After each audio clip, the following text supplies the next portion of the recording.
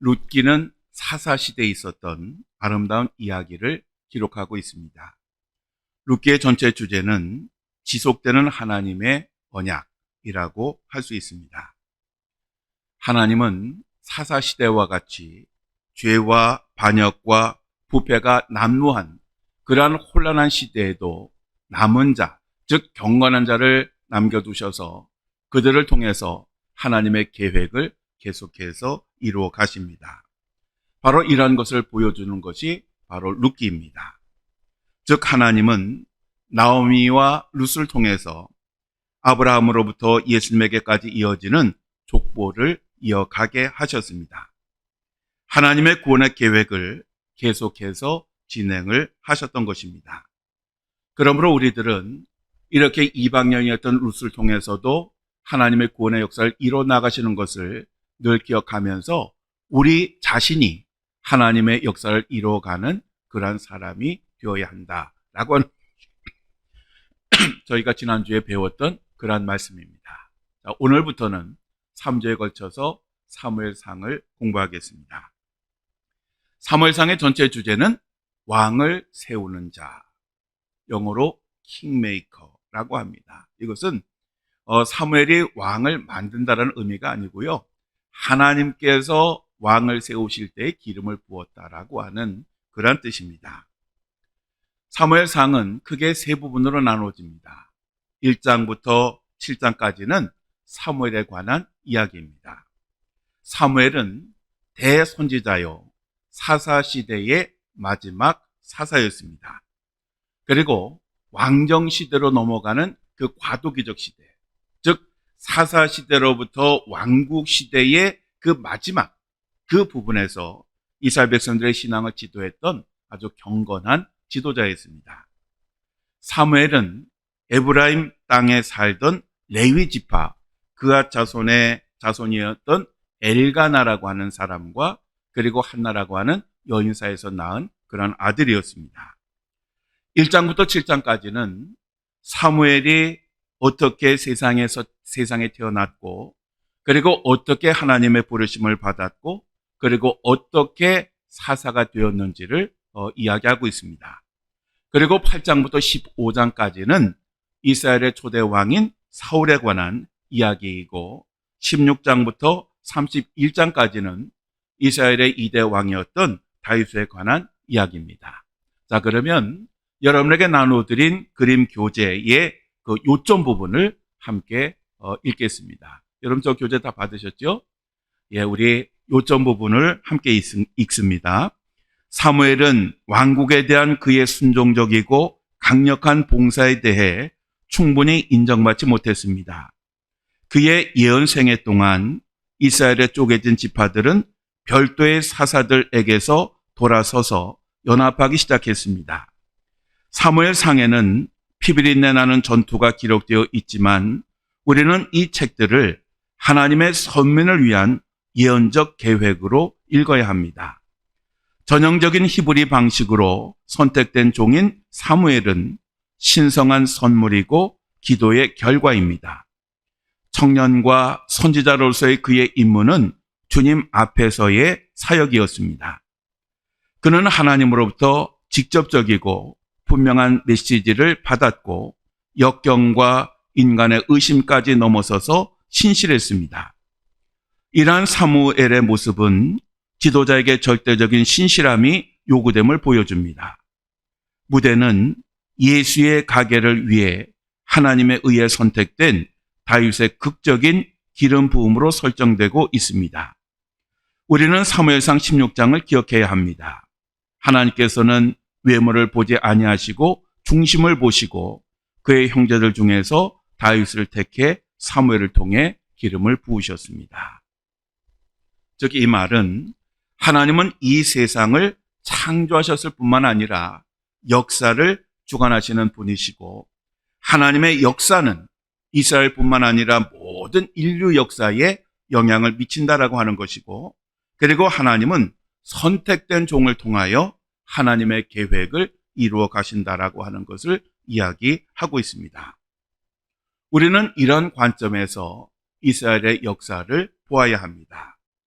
이 세상에 일어나는 모든 사건은 하나님의 메시지입니다.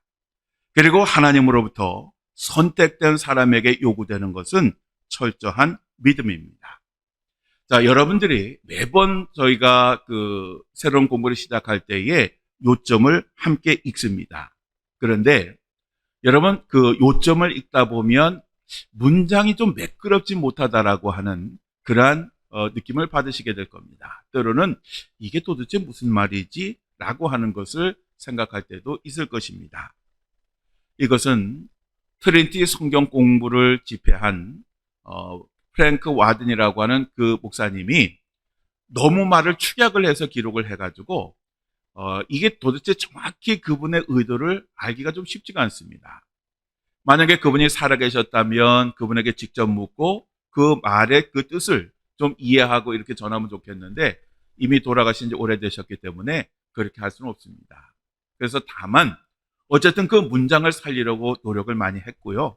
그리고 우리가 전체적으로 한번 공부를 하고 나면 그게 그런 의미구나 라고 하는 것을 여러분 이해하시게 될 겁니다.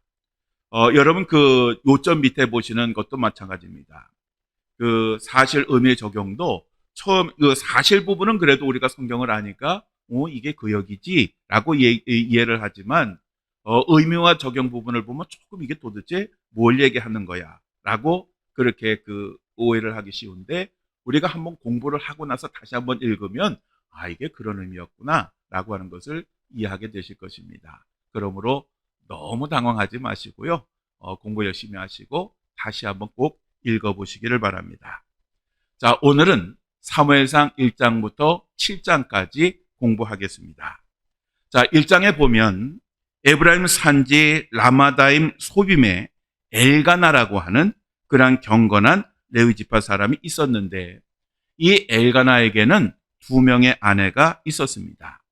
첫 번째 아내는 한나였고 두 번째 아내는 분인나였습니다. 그런데 한나는 하나님께서 태문을 닫으셔서 아이를 낳지 못했고 분인나는 아이를 여러 명 낳았습니다. 한나는 자식을 낳지 못하는 것으로 인해서 굉장히 슬퍼하고 고통스러웠던 데 반해서 이 분인나는 자기 자신이 비록 둘째 부인이지만 많은 아이를 낳았다라고 아주 시위를 하고 한나를 격분시키고 괴롭혔습니다. 마치 아브라함이 정신인 사라와 그 후사가 없었을 때에 그 사라가 너무 고민하다가 대를 끊게 할 수가 없어서 자기 여종인 사라를 하갈을 그 남편에게 주었었죠. 그랬더니 그 하갈이 아브라함 사이에서 이스마엘을 낳습니다. 그러자 전에는 사라에게 충실하던 이 사람이 아들을 낳았다고 시위를 해서 사라를 괴롭히다가 결국 쫓겨났던 그런 이야기와 비슷합니다. 어쨌든 한나는 자녀가 없었고 그래서 실로에 있는 성막에 가서 금식하고 울면서 하나님께 서원 기도를 하였습니다. 우리의 기도 가운데 가장 강력한 기도가 두 가지인데 하나는 금식 기도이고 하나는 서원 기도입니다. 한나는 하나님께 서원 기도를 하면서 만일 하나님께서 자신에게 아들을 주시면 젖될 때까지만 자기 자신이 기르고 그 후에는 나실인으로 하나님의 사람으로 성막에 바치겠다라고 그렇게 서원을 했습니다. 사무엘상 1장 11절 말씀 우리 함께 읽겠습니다. 서원하여 이르되 만군의 여호와여 만일 주의 여종의 고통을 돌보시고 나를 기억하사 주의 여종을 잊지 아니하시고 주의 여종에게 아들을 주시면 내가 그의 평생에 그를 여호와께 드리고 삭도를 그의 머리에 대지 아니하겠나이다. 아멘. 자, 삭도를 대지 않는다라고 하는 말은 나실인으로 드리겠다라고 하는 그런 의미죠. 저의 부모님도 3남매를 낳았는데 이 3남매를 낳을 때에 하나님에게 서원 기도를 하셨습니다. 그것은 3남매 중에 하나를 주의 종으로 바치겠다라고 하는 그런 기도였습니다. 그런데 이 3남매 모두가 신학을 공부했고 두 아들은 목사가 되었고 그리고 딸은 신학을 공부한 후에 통신도로서 사역을 하고 있습니다. 서원 기도는 놀라운 힘과 능력이 있습니다.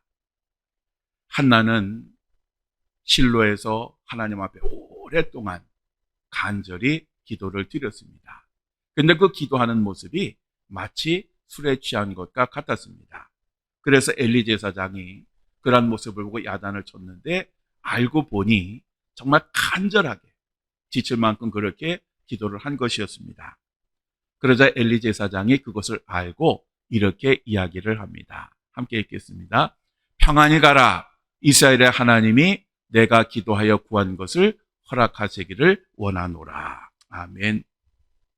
자, 그러자 아들 때문에 그렇게 힘겨워하고 눈물을 흘리고 고통을 당하던 그 한나가 이렇게 서원 기도를 하고 제사장으로부터 축복 기도를 받은 후에 기쁜 마음으로 집으로 돌아갑니다. 그림에도 나오죠?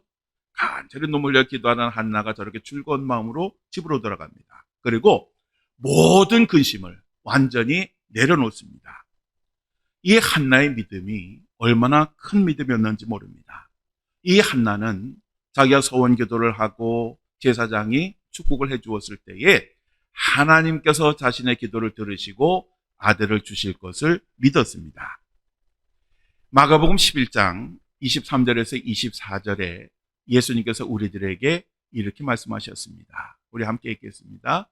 내가 진실로 너에게 이르노니 누구든지 이 산더러 들리어 바다에 던져지라 하며 그 말하는 것이 이루어질 줄 믿고 마음에 의심하지 아니하면 그대로 되리라.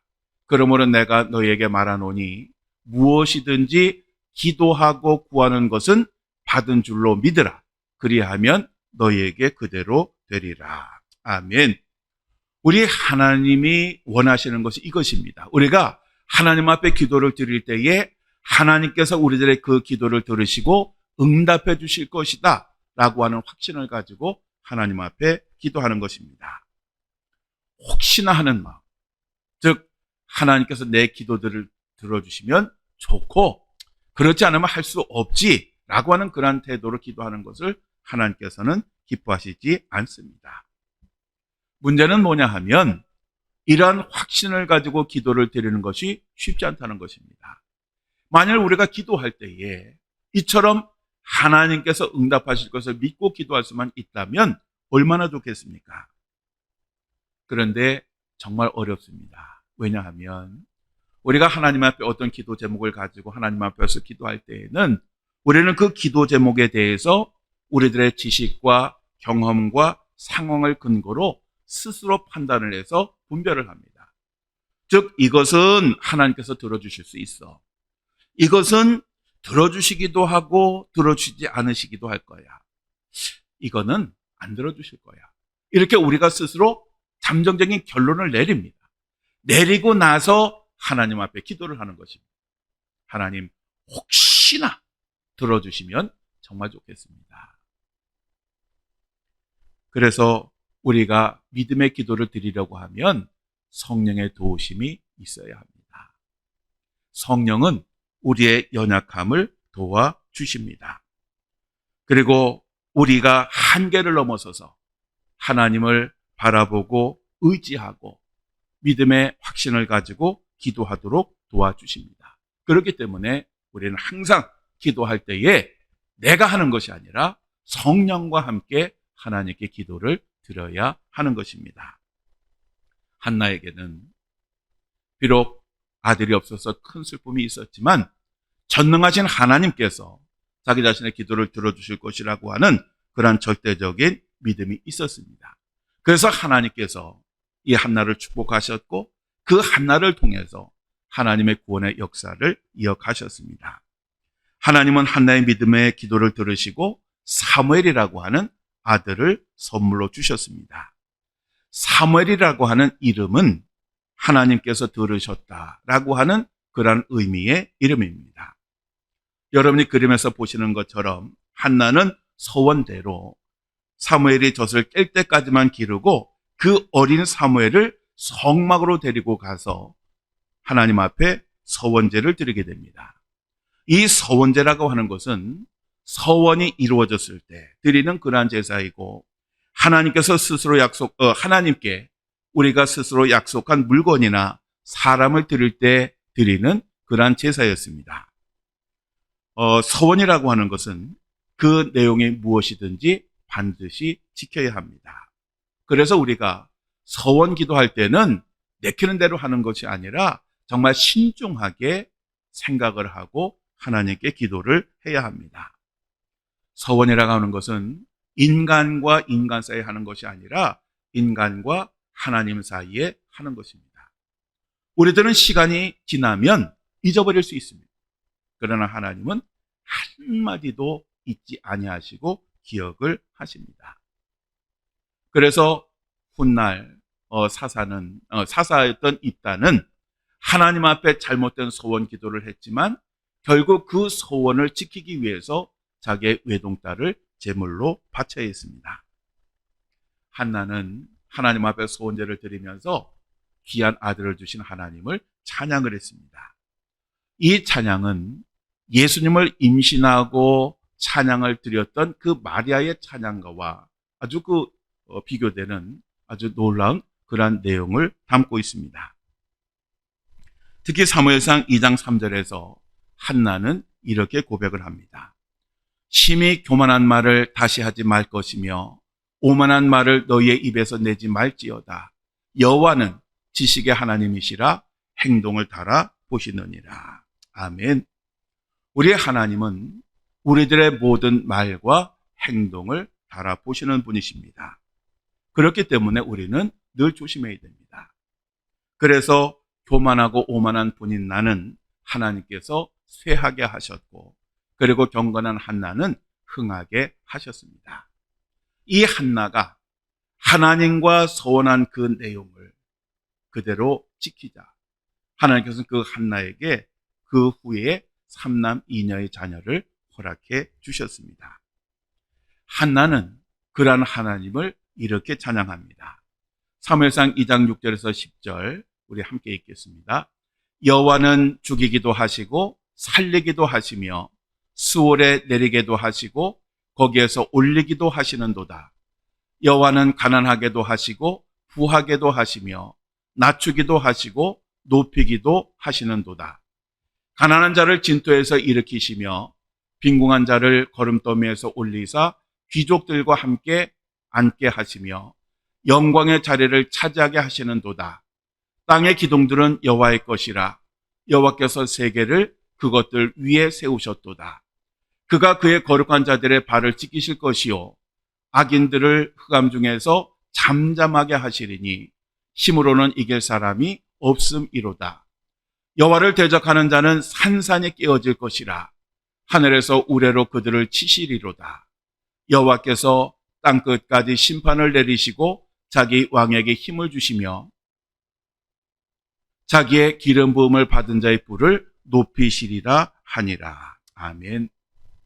하나님은 한나는 이러한 하나님을 분명히 믿었고, 그래서 어린 사무엘을 하나님께 완전히 맡겼던 것입니다. 사무엘은 하나님이 특별히 선택하신 그러한 사람이었습니다. 그래서 이 사무엘은 젖을 뗀 이후부터 성막에서 살면서 엘리 제사장의 기도를 받으며 성장을 하였습니다. 엘리 제사장에게는 2명의 아들이 있었습니다. 하나는 흠니고 하나는 비나스였습니다. 그리고 당시에는 제사장직이 물려졌기 때문에 이 2 아들은 엘리 제사장에 이어서 제사장 직분을 감당하고 있었습니다. 그런데 이 2 아들에게 심각한 문제가 있었습니다. 이 2 아들은 사람들이 보기에도 악했고 또 하나님의 존재 자체를 무시하는 그러한 사람들이었습니다. 즉 하나님을 섬기는 제사장이었음에도 불구하고 하나님께서 시퍼렇게 살아계시고 눈뜨고 보고 계심에도 불구하고 하나님의 존재 자체를 그들은 무시하며 살았습니다. 그래서 하나님의 제사를 멸시하였고 성물을 훼손하였고 그리고 성막에서 봉사하는 여인들과 성관계를 하기도 하였습니다. 하여간 눈뜨고 볼 수 없는 그러한 악행을 저지르며 살았습니다. 하나님은 하나님을 존중하는 자를 존중하시고 또 하나님을 진실하게 여기는 사람을 진실하게 대하십니다. 만일 하나님을 멸시하면 하나님도 당연히 그들을 멸시하십니다. 사무엘상 3장으로 넘어가면 하나님이 사무엘을 부르시는 이야기가 나옵니다. 하나님은 한밤에 성전에서 자고 있던 사무엘을 부르셨습니다. 당시 이스라엘 백성들은 타락하고 부패했기 때문에 하나님께서 하나님의 음성을 들려주시지 않으셨습니다. 계시를 차단하셨습니다.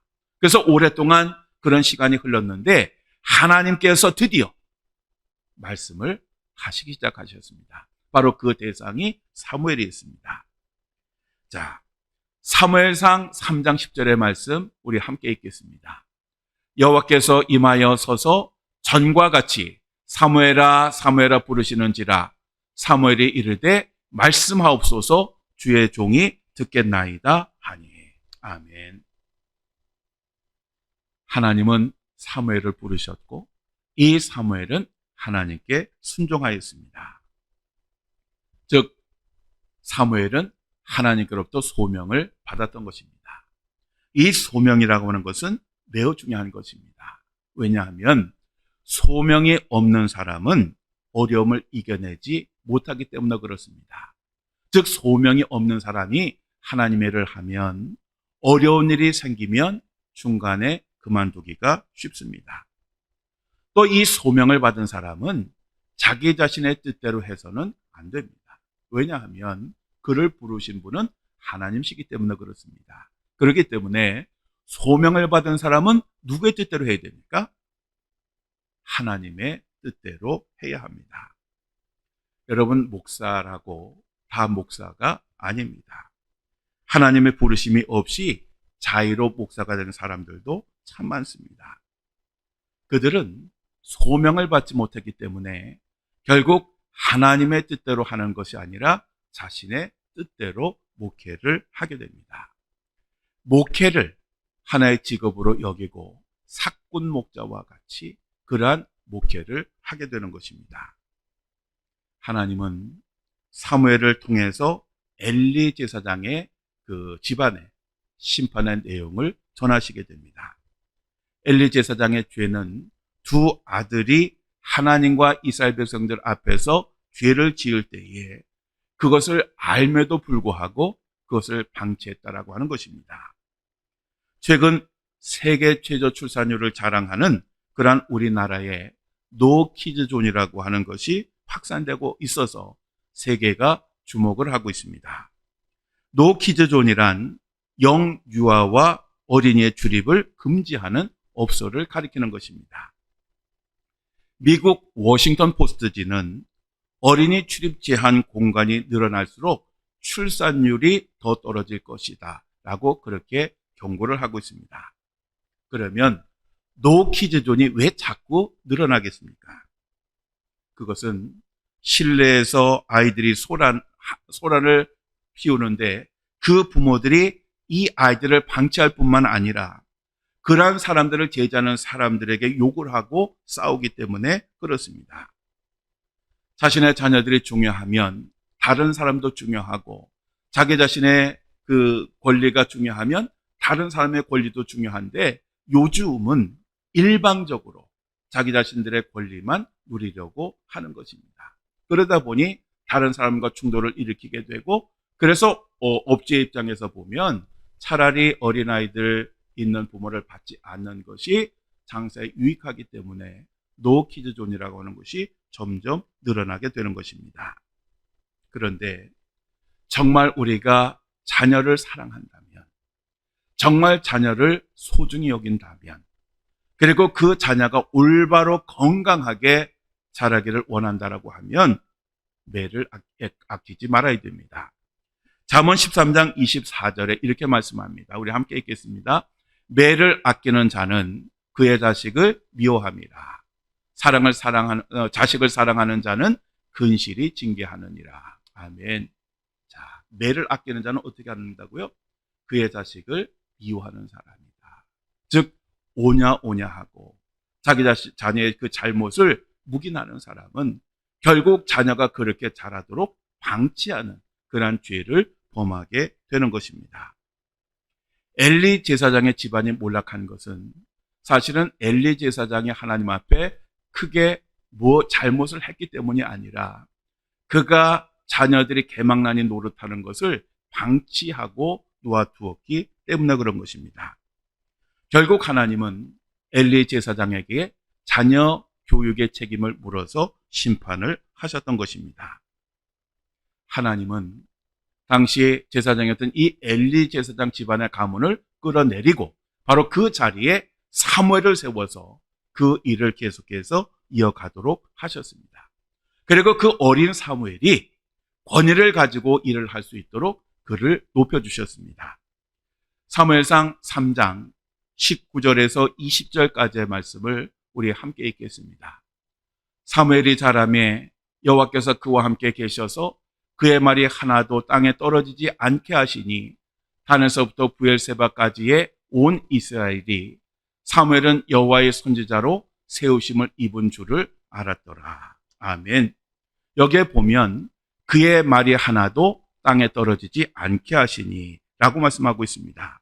이 말씀은 하나님이 사무엘이 말하는 대로 이루어 주셨다라고 하는 그런 말입니다. 그동안 오랫동안 하나님의 그 말씀이 희귀하던 시대에 사무엘이 하나님의 말씀을 증거하니 사람들이 얼마나 이 사무엘을 신뢰하고 따랐겠습니까? 이렇게 하나님께서는 사무엘을 세워주시고 그의 권위를 높여주셔서 선지자로서 그리고 제사장으로서 사사의 역할을 감당하도록 하셨던 것입니다. 사무엘상 4장으로 넘어가면 엘리 제사장의 집안이 몰락하는 그러한 이야기가 나옵니다. 갑자기 블레셋 족속이 쳐들어왔습니다. 그러자 이스라엘 백성들은 가벼운 마음으로 전투에 임하였습니다. 그들은 전투에서 이길 것이라고 생각을 했습니다. 그런데 1차 전투에서 4,000명을 잃고 패하였습니다. 그러자 이스라엘 백성들의 장로들은 모여서 회의를 했습니다. 우리가 분명히 이길 것 같았는데 왜 우리가 패했지? 왜 4,000명이나 잃었지? 그런데 이렇게 얘기하다 보니까 가장 중요한 것을 빠뜨렸습니다. 그것은 그들이 전쟁을 할 때에 하나님의 언약궤를 앞세우지 않은 것입니다. 그들은 출애굽 이후로 가나안 정복 전쟁이 끝날 때까지 항상 전쟁을 할 때마다 여호와의 법궤를 앞세웠고 항상 그 전쟁에서 승리를 거두었습니다. 그런데 블레셋과의 전투에서 아주 깜빡하고 이것을 잊었던 것입니다. 그래서 이 이스라엘 장로들은 실로의 사람을 보내서 실로에 있던 여호와의 언약궤 그리고 홈리와 비나스 이 두 제사장을 모시고 왔습니다. 자, 이렇게 그들이 이제 세트를 다 갖추게 되자 이스라엘 군대의 사기가 하늘을 찔렀습니다. 그들은 함성을 질렀습니다. 그러자 블레셋 그 군대가 깜짝 놀랍니다. 아니, 쟤들은 왜 그러지? 우리한테 패놓고 왜 저렇게 좋아하지? 그래서 알아봤더니 여호와의 법궤가 바로 그 전쟁터에 왔다라고 하는 정보를 들었습니다. 그러자 이 블레셋 군대는 완전한 절망에 빠지고 맙니다. 왜냐하면 그들은 이스라엘 백성들이 그 법궤를 승리한 걸 알았기 때문에 그렇습니다. 그래서 지금 여러분 보시는 저 성경대로 고백을 합니다. 우리 함께 읽어볼까요? 우리에게 화로다. 누가 우리를 이 능한 신들의 손에서 건지리요. 그들은 광야에서 여러 가지 재앙으로 애굽인을 친 신들이니라. 아멘. 그래서 이 블레셋 군대는 이제 다시 전쟁을 하긴 하겠지만 우리가 질 것이다 라고 생각을 했고, 그래서 그 지도자들은 하여간 우리가 악을 써서 싸우지 않으면 절대 이길 수 없다 라고 그렇게 명령을 내리고 두 번째 전투를 치루었습니다. 그런데 두 번째 전투에서는 예상 밖의 결과가 나옵니다. 이 두 번째 전투에서 이스라엘 군대는 3만 명이 전사를 합니다. 그리고 언약궤를 빼앗깁니다. 그리고 엘리 제사장의 두 아들인 홈리와 비나스가 그곳에서 죽게 됩니다. 블레셋 군대는 상상치 못했던 완벽한 승리를 거두었던 것입니다. 여러분, 그 이유가 무엇이었을까요? 항상 법궤를 앞세우면 승리하는 그런 경험이 있었는데 왜 블레셋과의 전투에서는 이 언약궤를 앞세우고도 결국 졌을까요? 그것은 이스라엘 백성들의 잘못된 믿음 때문이었습니다. 이스라엘 백성들은 언약궤를 우상처럼 생각했습니다. 즉 그들은 하나님이 언약궤고 언약궤가 하나님이다 라고 하는 그러한 생각으로 언약궤를 궤했던 것입니다. 그렇지만 하나님이 언약궤와 같은 것은 아닙니다. 하나님이 언약궤에 임재하신 것이지 그 언약궤 자체가 하나님이 될 수는 없는 것입니다. 그런데 이스라엘 백성들은 그렇다고 착각했습니다. 중요한 것은 하나님을 향한 믿음이었지만 그들은 그냥 언약궤 자체만 있으면 모든 것이 해결된다라고 하는 자신들이 만든 하나님을 믿고 있었던 것입니다. 마치 뭐가 같냐 하면 예전에 드라큘라나 이렇게 막이 나오는 사탄 나오는 영화를 보면 사람들이 그것을 물리치는데 어떻게 하지요? 십자가 형상을 가지고 사탄아 물러가라 이렇게 이야기합니다. 그러면 사탄이 물러갑니다. 그러니까 사람들은 이 십자가 자체의 능력이 있는 것처럼 착각을 합니다. 하나님이 함께 하시는 십자가라면 당연히 능력이 있지요. 그러나 그 십자가 자체가 하나님은 아닙니다. 우리는 이것을 정확히 분별해야 합니다. 어쨌든 이스라엘 군대는 블레셋 군대에게 완전하게 패배를 하고 맙니다.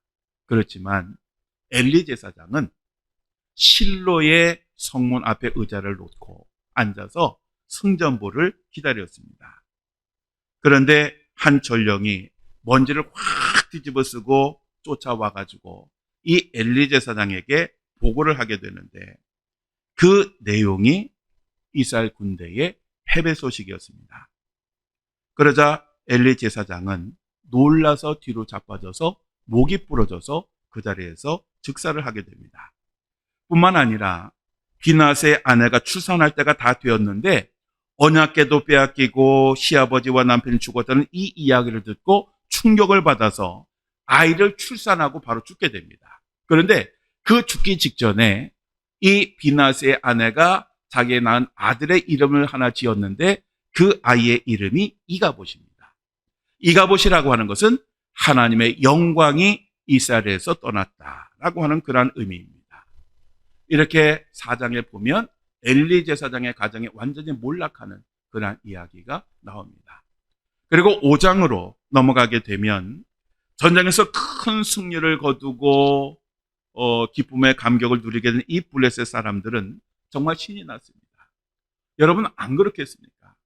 언약궤가 왔으니까 우리가 죽게 되었다라고 하던 사람들이 그 전쟁에서 승리했을 뿐만 아니라 그들이 그렇게 두려워하던 그 언약궤까지 빼앗았으니 그들의 기쁨은 굉장히 넘쳤을 것입니다. 그래서 이 신이 난 이 사람들은 바로 이 언약궤를 자기들의 신에게 바치게 됩니다. 즉 다곤 신전에 이 언약궤를 갖다 두게 됩니다. 이것은 자기들이 믿는 신인 다곤이 여호와 하나님을 이겼다라고 하는 그러한 의미의 행동이었습니다. 그렇지만 하나님은 능력이 없어서 이스라엘 백성들을 패하게 하시고 언약궤를 블레셋 사람들의 손에 넘기신 것은 아닙니다. 하나님은 능력이 있으셨지만 이스라엘 백성들을 징계하시기 위해서 그들의 잘못된 믿음을 깨닫게 하시기 위해서 그 언약궤까지도 블레셋 사람들에게 넘기셨던 것입니다. 그래서 하나님께서는 하나님의 살아계심을 그들에게 보여주시게 됩니다. 즉 하나님은 하나님의 그 언약궤를 조롱하는 이 블레셋 사람들을 심판하시게 됩니다. 제일 먼저는 산당에 있던 다곤 신상을 완전히 부수셨습니다. 뿐만 아니라 여호와의 손이 그 언약궤가 있던 아스돗 성읍의 독한 종기에 재앙을 내리셨습니다. 이 독한 종기의 재앙이란 패스트를 가리키는 것입니다. 이 패스트는 흑사병이라고도 하는데 쥐에 기생하는 그 벼룩을 통해서 전염이 되는 그러한 병입니다. 이 패스트는 전염률과 치사율이 굉장히 높은 그러한 전염병입니다. 그래서 중세 시대에 이 패스트가 한번 유럽에 돌았는데 그때의 전체 인구의 3분의 1이 죽을 만큼 굉장히 심각한 그러한 전염병이었습니다. 이러한 패스트로 수많은 사람들이 삽시간에 감염이 되고 죽었습니다. 그러자 놀란 아스도 사람들이 블레셋의 지도자들에게 그 언약궤를 자기들에게서 치워달라고 요구를 하게 됩니다. 그래서 블레셋 지도자들이 그 언약궤를 가드로 옮기게 됩니다. 그런데 가드도 마찬가지였습니다. 하나님께서 그들을 치셨습니다. 그러자 언약궤는 다시 에글론으로 옮겨지게 됩니다. 그렇지만 거기에서도 역시 마찬가지였습니다. 자, 이렇게 되자 블레셋의 지도자들이 다시 모여서 회의를 했습니다. 그리고 언약궤를 원래 있던 곳으로 돌려보내서 자신들과 자신들의 백성이 죽임당하는 것을 면하자고 결의를 하였습니다. 그들이 이렇게 결의를 한 데에는 이유가 하나 있습니다. 사무엘상 6장 6절 말씀 우리 함께 읽겠습니다. 애굽인과 바로가 그들의 마음을 완악하게 한 것 같이 어찌하여 너희가 너희의 마음을 완악하게 하겠느냐? 그가 그들 중에서 재앙을 내린 후에 그들이 백성을 가게 함으로 백성이 떠나지 아니하였느냐. 아멘. 블레셋 사람들은 하나님의 손이 그들을 자꾸 그 재앙을 내리시고 징계를 하니까 뭘 생각했느냐 하면 이스라엘 백성들이 애굽에서 출애굽하기 직전에 하나님께서 재앙으로 그들을 치신 것을 기억을 했습니다. 그들이 10가지 재앙을 받았는데 왜 애굽 사람들이 10가지 재앙을 받았습니까? 그것은 하나님의 말씀을 거역하고 이스라엘 백성들을 놓아주지 않았기 때문에 그렇습니다. 그런데 그들이 이스라엘 백성들을 놓아주었더니 그들에게 내려진 그 재앙이 끝나고 말았습니다. 이 블레셋 사람들은 이러한 내용을 너무너무 잘 알고 있었습니다. 그래서 자기들의 그 재앙이 떠나지 않으니까 자기들이 이 언약궤를 쥐고 있어서 여호와의 손이 우리를 심판하시는구나 라고 생각을 해서 이 언약궤를 원래 자리로 이스라엘로 돌려보내기로 결의를 하게 된 것입니다. 그래서 이 블레셋의 지도자들이 제사장들과 복술자들을 불러서 이 언약궤를 어떻게 옮겨가야 되는지 조언을 구했습니다. 그러자 그 제사장들과 복술자들은 그 언약궤를 보내되 거저 보내지 말고 속건제를 드려야 한다라고 이야기를 했습니다. 이 속건제라고 하는 것은 3가지 경우에 드리는 제사입니다. 첫째는 여호와의 성물에 대해서 죄를 범했을 때, 그리고 두 번째는 여호와가 금지한 법령을 어겼을 때, 그리고 세 번째는 이웃에 대해 죄를 범했을 때 드리는 것입니다. 그러자 블레셋 사람들은 그러면 우리가 속건제로 무엇을 어떻게 드려야 되느냐? 그렇게 물었습니다. 그러자 그들이 대답하기를 블레셋 방백의 숫자대로 금독종 5개, 그리고 금쥐 5마리를 드리라고 하였습니다. 즉 그들은 패스트를 염두에 두고 쥐와 연관해서 제물을 드리라고 했던 것입니다. 더불어 새 수레를 만들고 그 새 수레에 언약궤도 싣고 그리고 속건제물도 거기다 실어서 소 2마리에게 그 새 수레를 끌어 보내라고 그렇게 권면을 했습니다. 그러자 블레셋 사람들은 그 말대로 언약궤도 싣고 그리고 속건제 제물도 거기에 얹어서 소를 끌어서 가게 합니다. 그런데 그들은 그러면서도 마지막으로 의심을 합니다. 우리가 생각하기엔 분명히 여호와의 손이 우리를 치셔서 우리가 이렇게 재앙을 받긴 한 것 같은데 그래도 혹시 우리가 이게 우연인 것을 여호와께서 우리를 심판하신 것으로 착각한 것이 아닐까 그렇게 생각을 해서 그들이 한 가지 서로 이렇게 이야기를 합니다. 자, 우리 함께 읽겠습니다. 여호와의 궤를 가져다가 수레에 싣고 속건제로 드릴 금으로 만든 물건들은 상자에 담아 궤 곁에 두고 그것을 보내어 가게 하고 보고 있다가 만일 궤가 그 본 지역길로 올라가서 베세메스로 가면 이 큰 재앙은 그가 우리에게 내린 것이요 그렇지 아니하면 우리를 친 것이 그의 손이 아니요 우연히 당한 것인 줄 알리라 하니라. 아멘. 자, 그들은 암소 2마리의 그 새 수레를 묶었습니다. 그리고 보냈습니다. 그러니까 사람이 소를 이끄는 것이 아니라 소가 가게 두었습니다. 자, 여러분 한번 생각을 해보세요. 소는 한 번도 베세메스로 가본 적이 없습니다. 길도 모릅니다. 그런데 그들은 어떻게 생각했느냐 하면, 그럼에도 불구하고 이 소들이 목적지인 베세메스로 가면 그것은 틀림없이 하나님이 우리를 치신 것이고, 만약에 이 소들이 끄는 이 수레가 다른 곳으로 가거나 다시 돌아온다고 하면 이거는 우연이야, 하나님이 하신 게 아니야, 이렇게 결론을 내리겠다는 것입니다. 자, 여러분 결론은 어떻게 되었죠? 성경 다 읽으셨죠? 이 수레는 곧장 베스메스로 가게 됩니다. 하나님은 하나님의 손으로 그들을 치셨음을 분명하게 그들에게 보여주셨던 것입니다. 자, 이렇게 해서 전쟁터에서 언약궤를 빼앗긴 지 7년 만에 이 언약궤가 이스라엘 땅으로 다시 돌아오게 됩니다. 그런데 이 언약궤가 베세메스에 도착을 하자 이 베세메스 사람들이 즐거워하긴 했지만 큰 실수를 하게 됩니다. 그것은 하나님의 말씀을 어기고 그 언약궤 뚜껑을 열어본 것입니다. 그 언약궤의 뚜껑을 열었을 때에 그 자리에 있던 70명의 사람이 즉사를 하게 됩니다. 그런데 사무엘상 6장 19절에 보면 이렇게 말씀합니다. 우리 함께 읽어볼까요?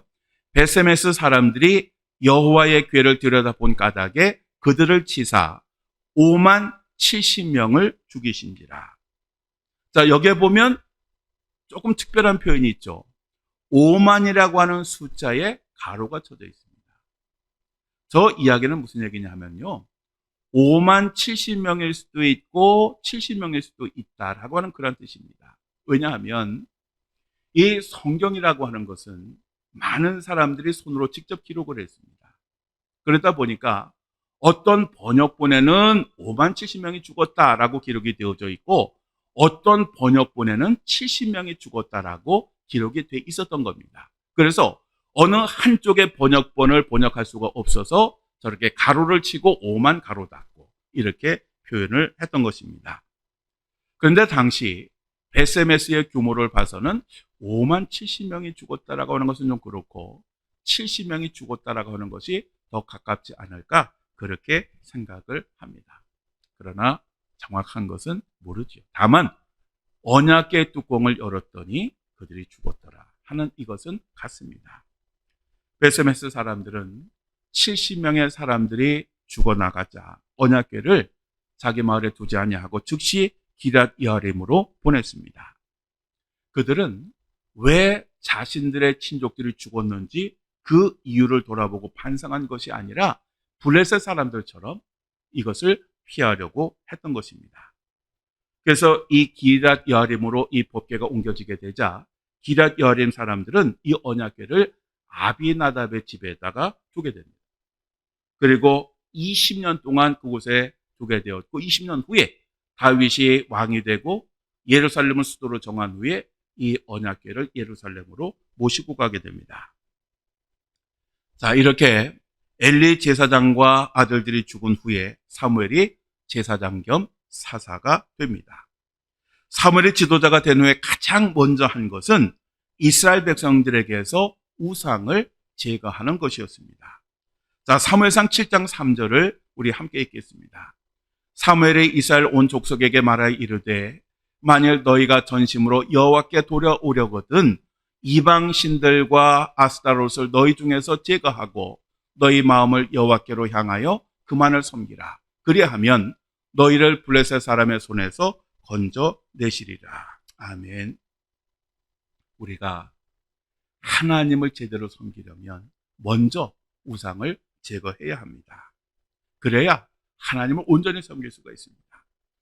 예수님은 분명히 우리가 하나님과 세상을 겸하여 섬길 수 없다라고 말씀하셨습니다.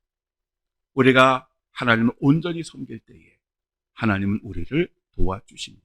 사무엘도 이스라엘 백성들에게 이것을 이야기한 것입니다. 너희가 우상을 완전히 버려야 하나님께서 너희를 지켜주시고 인도해 주실 것이다. 우리가 인생을 살면서 어려움을 당하게 되면 그 원인이 무엇인지를 찾아야 합니다. 그리고 만일 하나님이 아니라 우리가 우상을 숭배하고 있다면, 즉 세상의 권력이나 세상의 돈이나 사람이나 지식이나 아니면 사람의 방법을 더 신뢰하고 의지하고 있다면 그 모든 것을 내려놓고 회개해야 돼요. 그 모든 것을 청산해야 합니다. 그래야 하나님께서 우리를 도우시고 인도해 주시는 것입니다. 사무엘은 이스라엘 백성들에게 우상을 먼저 제거하라고 명령을 내렸습니다. 그리고 그 이스라엘 백성들을 미스바로 모읍니다. 그리고 백성들에게 여호와 앞에 물을 붓게 하고 종일토록 금식하며 회개하게 합니다. 자, 여기에 보면 물을 길어 여호와 앞에 붓고라고 말씀을 합니다. 이것은 죄 씻음을 의미하는 것입니다. 즉 죄를 씻어서 하나님과의 관계를 먼저 회복해야 된다라고 하는 그런 의미입니다. 그래서 이스라엘 백성들은 바로 이 말씀에 순종을 했고 그들은 하나님 앞에 다시 돌아왔습니다. 이후로 사무엘은 이 미스바에서 이 이스라엘 자손들을 다스렸습니다. 그런데 이스라엘 백성들이 미스바에 모였다고 하는 이야기를 듣고 블레셋 군대가 갑자기 쳐들어옵니다. 그러자 이스라엘 백성들은 이전처럼 전쟁터에 나아간 것이 아니라 하나님 앞에 엎드려 기도했습니다. 하나님 어떡할까요? 적들이 또다시 쳐들어오는데 우리가 어떻게 해야 될까요? 그러자 하나님께서 이 블레셋 군대를 직접 상대하셨습니다. 그래서 그들에게 우레로 그들을 치셔서 그 블레셋 군대를 완전히 무너지게 하셨습니다. 이스라엘 백성들이 하나님께 돌아오고 하나님을 전적으로 의지하고 하나님께 기도했더니 하나님께서 그들을 지켜주셨던 것입니다. 그러자 사무엘은 그곳에 증거의 돌을 세웁니다. 그리고 그 이름을 에베네셀이라고 합니다.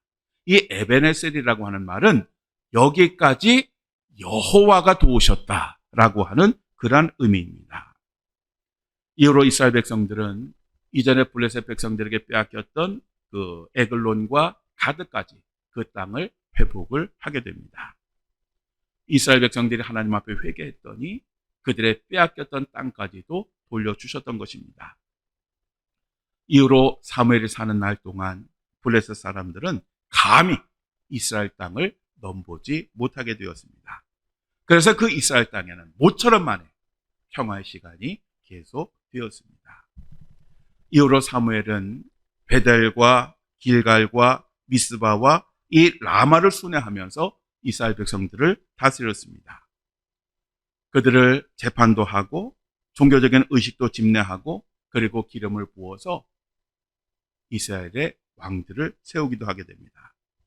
이처럼 하나님은 하나님의 뜻을 따라 사람들을 선택하시고 그들을 세우시고 그들을 통해서 하나님 뜻을 이루어가는 것입니다.